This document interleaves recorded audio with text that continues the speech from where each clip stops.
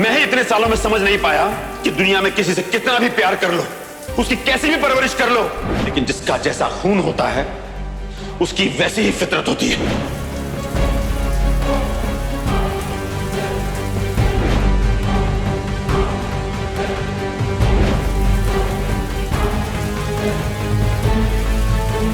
तुझे जितना पैसा खर्च करना है कर ले, उसकी दाल रोटी का इंतजाम कर दे, उसके बाद खत्म कर दे इस शादी को।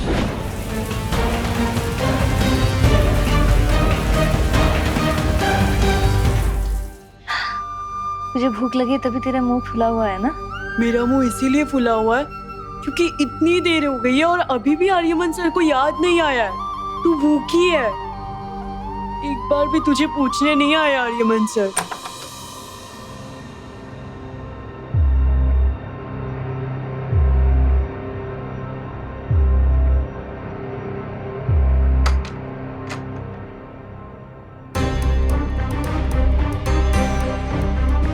अच्छा हुआ तुमने शावर ले लिया, बाहर की बहुत धूल मिट्टी चिपक गई थी तुम पर।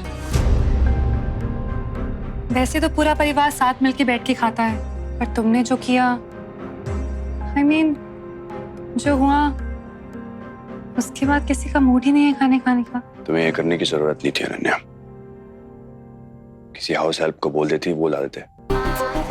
बैठो, मुझे करना था तुम्हारे लिए, मुझे अच्छा लगता है।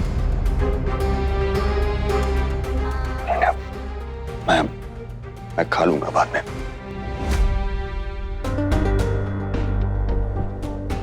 अब क्या इतना भी हक नहीं है मेरा? ऐसी बात नहीं है अनन्या। तो फिर चुपचाप से बैठ के खाना खाओ। बैठो।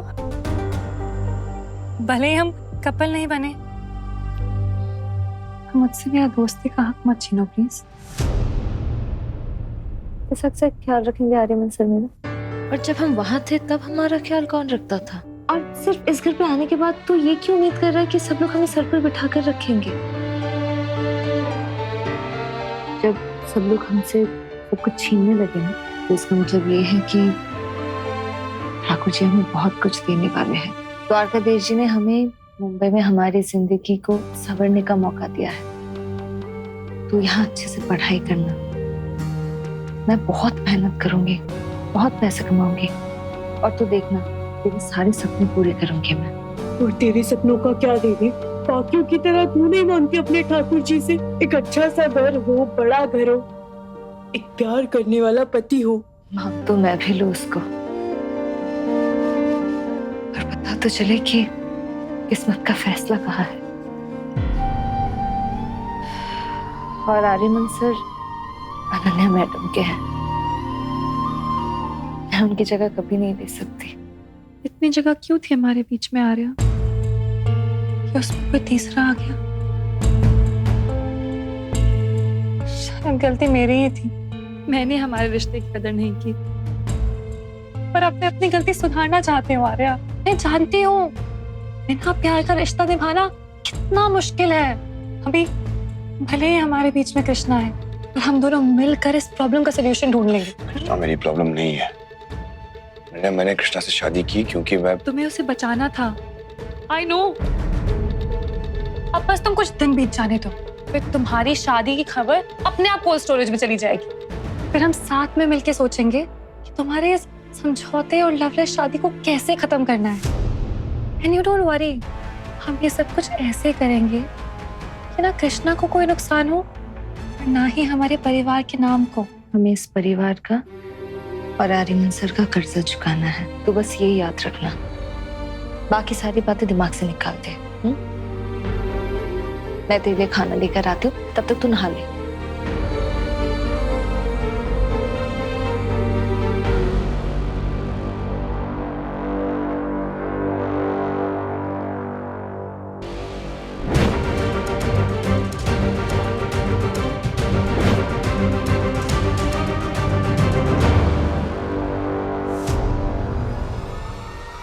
कृष्णा ने खाना खाया? हाँ, और धनिया से कह के गेस्ट रूम भी रेडी करवा दिया है। वैसे अजीब बात है ना, वो यहाँ है भी नहीं, फिर भी तुम्हें उसकी फिक्र है। क्यों?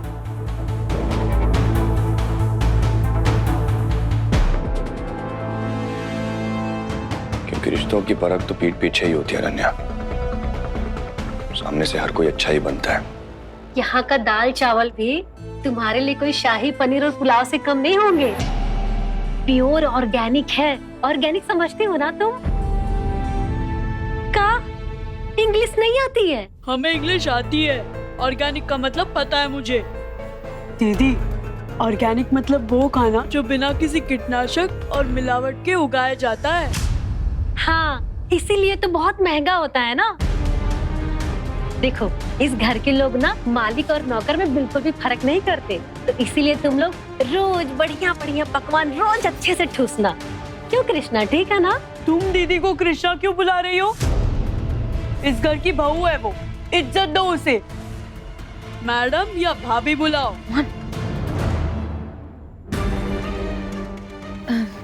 खाना बहुत अच्छा बना है, थैंक यू। आप ही जाओ ना, जाके आराम कर लो अभी। हाँ, जबान चला चला कर थक गए होंगे ना। मोहन, कोनो बात नहीं, काम तो हम तभी कर सकते हैं ना जब तुम ये प्लेट को धो दोगी। धो दोगी का? ये भी कोई कहने की बात है? मैं धो दूंगी, आप जाके आराम कर लो। अच्छा चलो, हम जाते हैं ना, खाने के मजे लो। खाओ खाओ।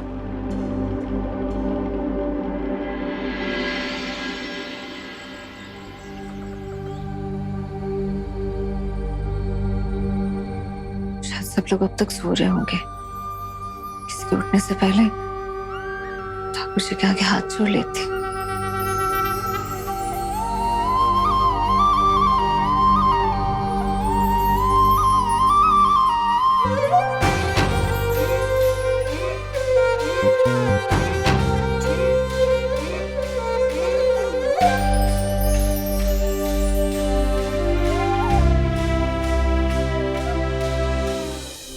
माफ करना ठाकुर जी, आज हर रोज की तरह मैं आपके आगे दिया नहीं जला पाऊंगी।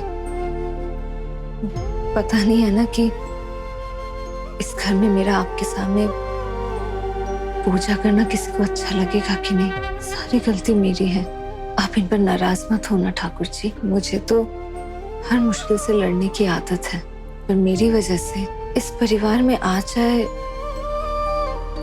ये मुझे अच्छा नहीं लगेगा।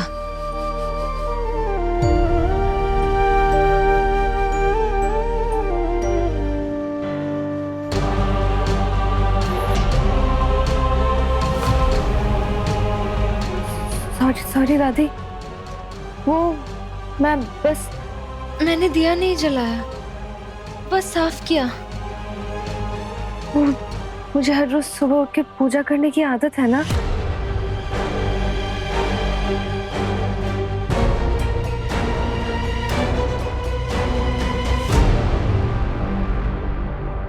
तूने तो कहा था ना कि तू द्वारकाधीश जी की दूत है, फिर उनके दूत को उनसे मिलने से मैं कैसे मना कर सकती हूँ? दादी, आप तो अनन्या मैडम की दादी है ना, बाकियों की तरह आप मुझसे गुस्सा नहीं है? हाँ हूँ, लेकिन मुझे ये पता है कि बिना भगवान की मर्जी के एक पत्ता भी नहीं हिल सकता है, फिर चाहे कोई कितनी भी कोशिश कर ले। शायद आर्यमन और तेरे संजोग जुड़े हुए हैं, इसीलिए तो हम द्वारका आए, तुझसे मिले। और द्वारकाधीश जी वाला वो सिंदूर जो मैंने अनन्या के लिए मंगवाया था, वो आर्यमन के हाथ से तेरी मांग में लग गया।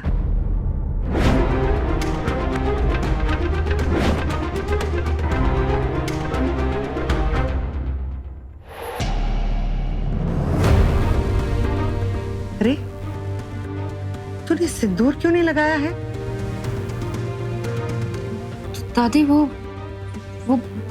बस देख, सुहागन की मांग सुनी अच्छी नहीं लगती, उसमें हमेशा सिंदूर भरा रहना चाहिए।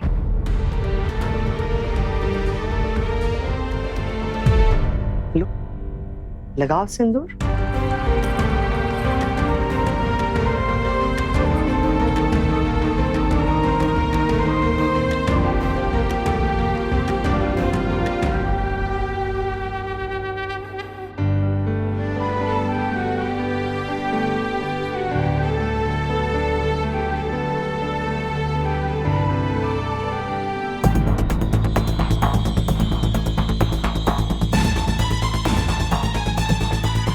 क्या प्रॉब्लम है? सर हमारे कंपटीटर्स मीडिया में ये बात फैला रहे हैं कि आर्यमन सर की शादी की प्रेस नोट जो रिलीज की थी वो बस एक दिखावा है। लोग तो ये भी कह रहे हैं कि अनन्या मैडम और आर्यमन सर की शादी की अनाउंसमेंट तक के लिए हमने एक शानदार पार्टी दी थी, पर कृष्णा मैम से शादी के बाद ना तो कोई पार्टी हुई ना कोई सेलिब्रेशन। What nonsense. इतना ही नहीं, बॉयकॉट टीएम स्पाइसेस के हैशटैग ट्रेंड कर रहे हैं पूरे सोशल मीडिया पर। लोग तो ये भी बोल रहे हैं कि जिनके एड में घर की बहू बेटियों को प्रमोट किया जाता है, उन्हीं के घर में घर की बहू बेटियों की इज्जत नहीं करते। कौन बोल रहा है ये सब बातें? कौन फैला रहा है ऐसी खबरें? मैं आपको थोड़ी देर में कॉल बैक करता हूँ। इस बैड पब्लिसिटी की वजह से हमारे स्टॉक्स का प्राइस गिर रहा है। तो आप लोग क्या कर रहे हैं? हाँ, आप लोगों को किस बात का पैसा दिया जाता है? मुझे प्रॉब्लम मत बताइए, सॉल्यूशन बताइए। सर हम क्या कर सकते हैं? सर शादी हो चुकी है और न्यूज में सभी ने इसकी वीडियोस देखी है। इस बात को हम फेक नहीं बता सकते और इस समय सभी लोगों की सोच हमारे खिलाफ है। ये हमारे प्रोडक्ट्स की ब्रांडिंग और बिजनेस के लिए बिल्कुल अच्छा नहीं है डैड।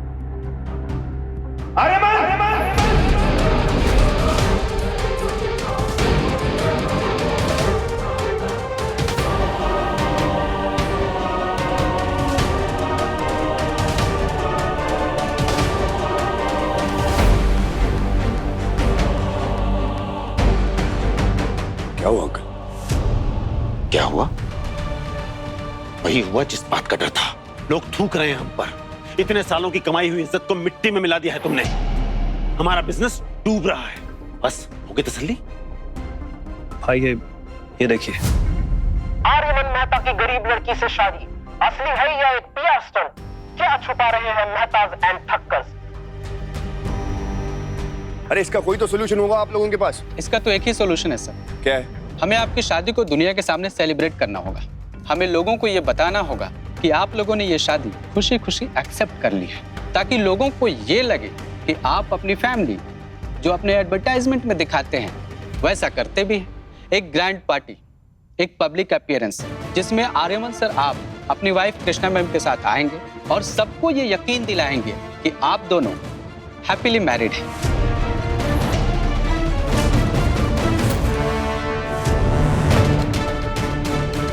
ऐसा कुछ नहीं होगा, समझ में आया? कैसे पूरी दुनिया के सामने झूठ दिखा सकते हैं? कैसे? मतलब मैं और कृष्णा कपल बनकर जाएंगे। आप बस ग्रैंड पब्लिक अपीयरेंस की तैयारी कीजिए। आर्यमन और कृष्णा हंसते हंसाते हाथ में हाथ डालकर मीडिया के सामने जाएंगे।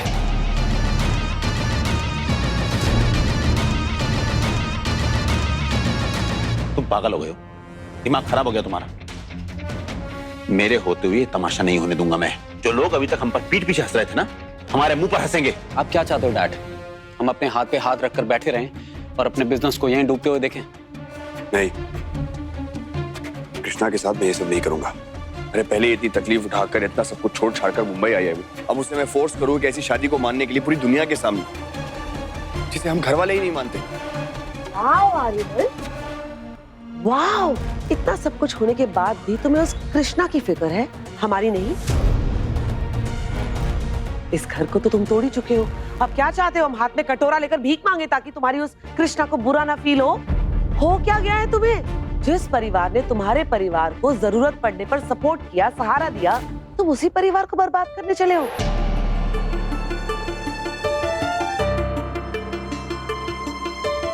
Mom please. तुम चुप रहोगी?